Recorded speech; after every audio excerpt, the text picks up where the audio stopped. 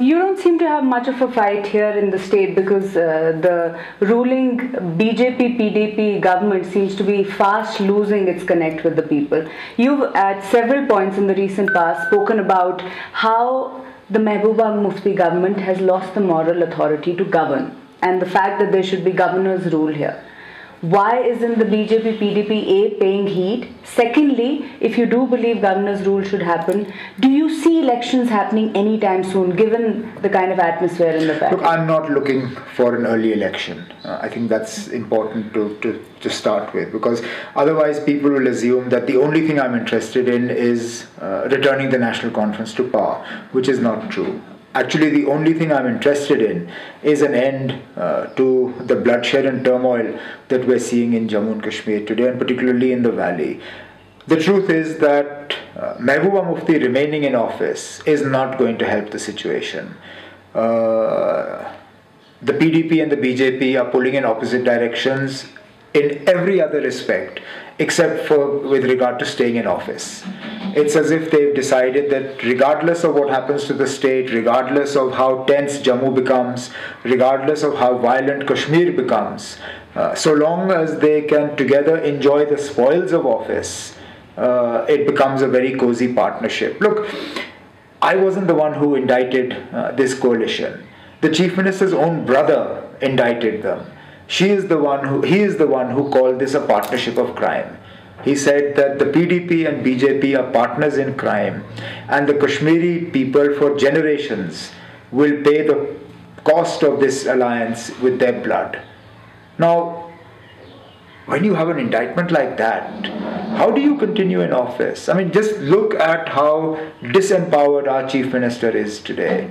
She comes out of an all-party meeting, addresses a press conference with her Deputy Chief Minister standing next to her, says that I appeal to the central government to initiate a ceasefire, a unilateral ceasefire during the month of Ramzan. And what happens? Where does the opposition come from? It doesn't come from the opposition political parties. It comes from her own ally. The BJP turns around and says this is rubbish, we don't support it, and no such ceasefire is going to happen. But what do you think of that amnesty scheme? About the ceasefire, don't you? Again, it's not a new idea. It's been tried in the past. With varying degrees of success, but at least give credit where credit is due. Prime Minister Vajpayee and then Deputy Prime Minister Advani, together with the state government, which was headed by my father, they initiated a ceasefire, what they called a non-initiation of combat operations, NICO, at that time. Whether it succeeded or not, at least it changed the narrative. But shouldn't you as the opposition have been more kind of supportive of her rather than saying that, look, your own ally is not supporting you? Isn't that just rhetoric? No, I'm sorry, but how much more support do you want? This idea was discussed in the all-party meeting that she called. My colleagues were part of the group that projected it. My ex-MLA and senior colleague from Handwara, Chaudhry Ramzan, this was part of his speech far before Mehbooba Mufti reacted to it. So it's not as if the National Conference has not supported, but we can't create support within her government. I can't create support for her with the BJP. That's something she has to do. And like it or not, she singularly failed to do that. My next question to you is, recently we saw a young professor who joined militant ranks, and you're very active on social media. You spoke about how this was a really alarming trend. What, as per you, as per Omar Abdullah, is going wrong in the valley? I don't know. I don't know what it is that drives somebody. See, because earlier we were fed on this diet that militancy is the result of youngsters frustrated with sort of the view that they don't have a future, that there are no jobs, that there is no security, that they can't make a difference, and the general atmosphere frustrated them. But here was a youngster who had an opportunity to sort of mold other people's lives. He was a professor in a university. It's a decent paying job. There's job security. He was well educated. So in all respects, he was somebody who could make a difference. And yet he was so disillusioned with what was happening around him that after completing his job on a Friday, he disappeared, became a militant over the weekend, and was dead on a Monday. That is literally the time frame of how it happened. On a Friday he gives lessons, on Saturday he disappears, on Sunday he becomes a militant, on Monday he's dead. Now, I still can't fathom what it is about the situation. What have we done so drastically wrong in the last few years that this is the net result of that? And okay, he was a professor. You've had instances of youngsters, PhD students from Aligarh Muslim University who've left their studies halfway, become militants. And there are similar instances. So no longer are you seeing militancy as something that is done by uneducated or undereducated youngsters or jobless youth. These are people who either have jobs or have the possibility of a bright future, that, as I said, are so disillusioned with things that they're willing to put everything aside and basically pick up the gun for a handful of days. Another terrible incident was the young tourist who died in a stone pelting incident. You again took to social media, I believe you spoke after that as well, and you said that these are goons who are doing this. Who are these goons? They are the same youngsters who, some of them pick up stones, some of them pick up guns, but I guess effectively the motivation is the same. They are disillusioned, they are angry, they are frustrated, they don't believe that the future of Jammu and Kashmir lies within the Indian Union. This is their way of affecting change, and this is the method that they have chosen. But Dr. Farooq Abdullah said not all stone pelters are the same, right? Do you agree with him? Because your narrative seems to be slightly different. Look, that's a very tricky one. Not all stone pelters are the same.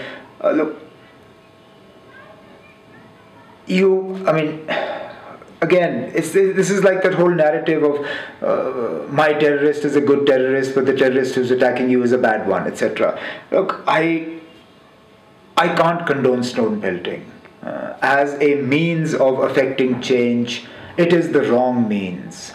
There are other ways. If stone pelting is viewed as a means of protest, it is certainly not a non-destructive means of protest.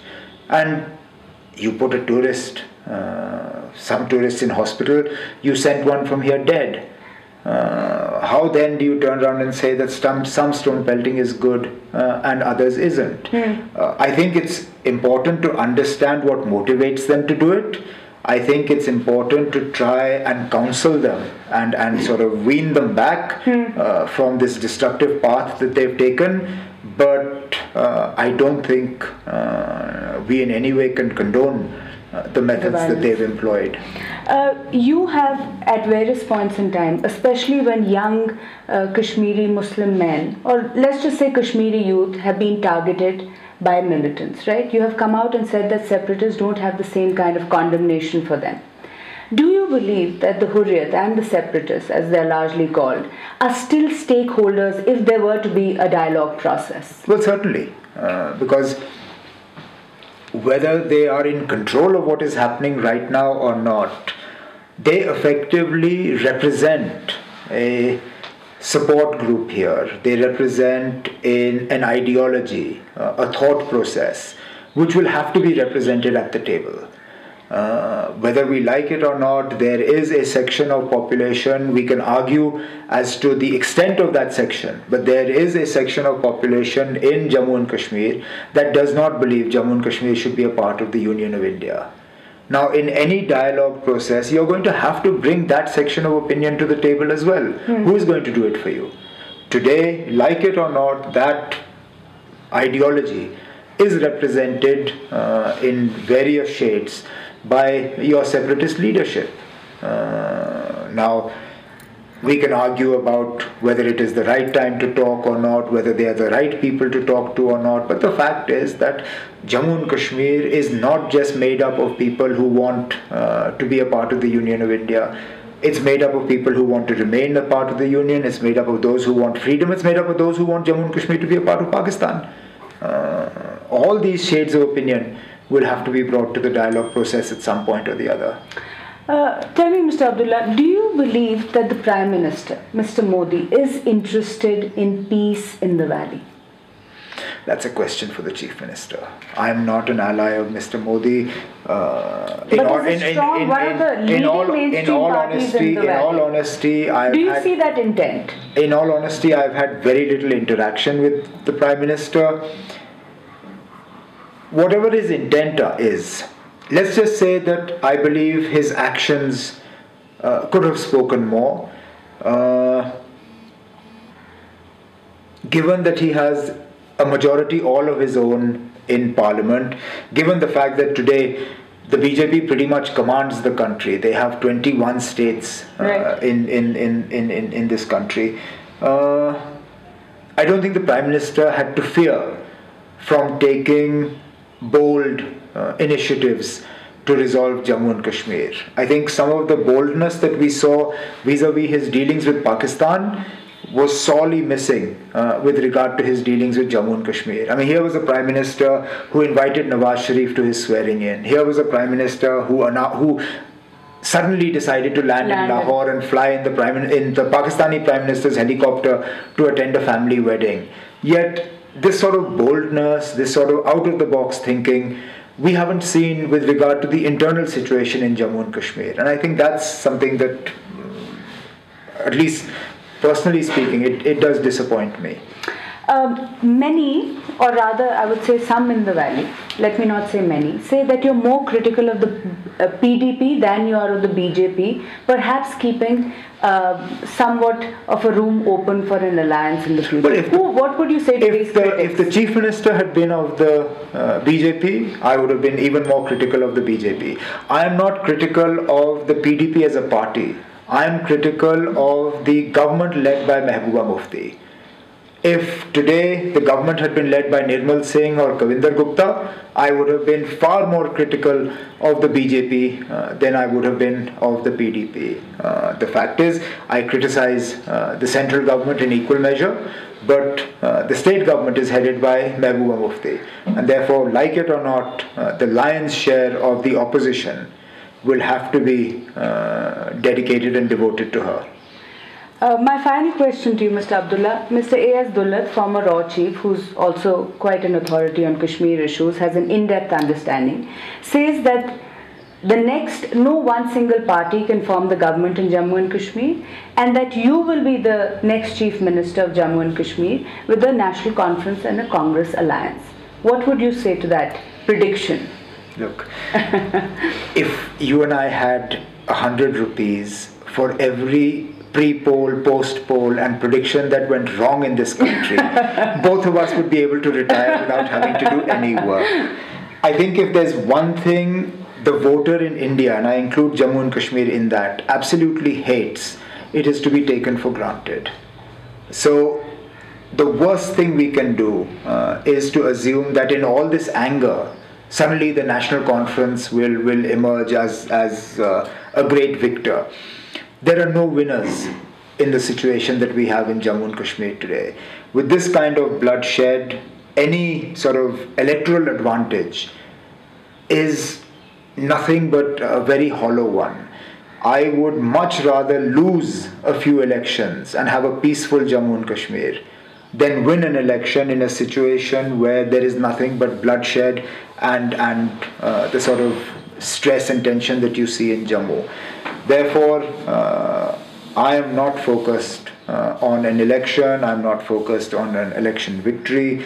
If anything, I'm just focused on trying to keep the state government and the central government on the right path where Jammu and Kashmir is concerned. The rest, honestly, is just noise, and I'm quite happy to ignore that. Mr. Abdullah, thank you so much for speaking to the print.